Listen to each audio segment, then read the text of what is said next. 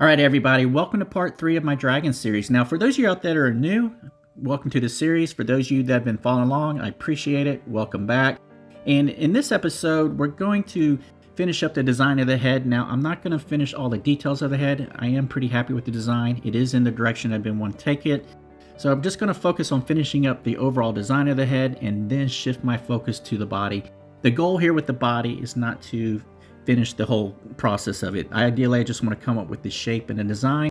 Then I'm going to reshift my focus back to the head. And the reason I do this is because I am a hands-on sculptor. If I was to sculpt the body first, do all the detail work, once I start working on the head, I have a bad habit about grabbing a sculpture and squishing all the detail work, and then I have to go back and redo everything over again. So in this episode, just coming up with the design of the body only.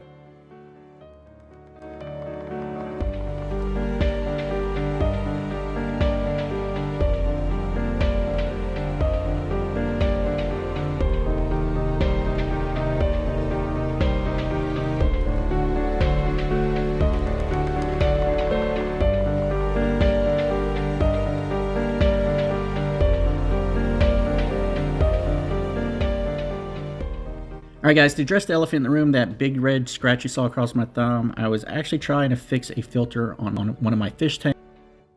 I ended up shocking myself, pulling out my thumb real quick and scraping across the fish tank itself. So yeah, lesson learned guys, don't play with electricity.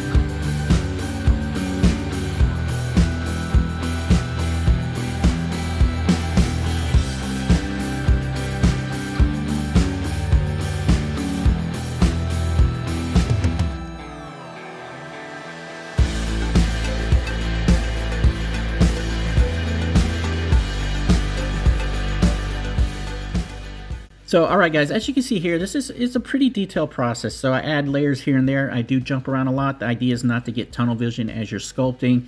And what I'll do is I'll hit it with some type of solvent so that I can smooth out some of the rough areas. Hit it with the flame to kind of blend everything together. See where I'm at and then start the process all over again. So this process seems quick in this video, but it does take a considerable amount of time. It is where I do spend a larger part of the time, or the bulk of the time, when I'm sculpting.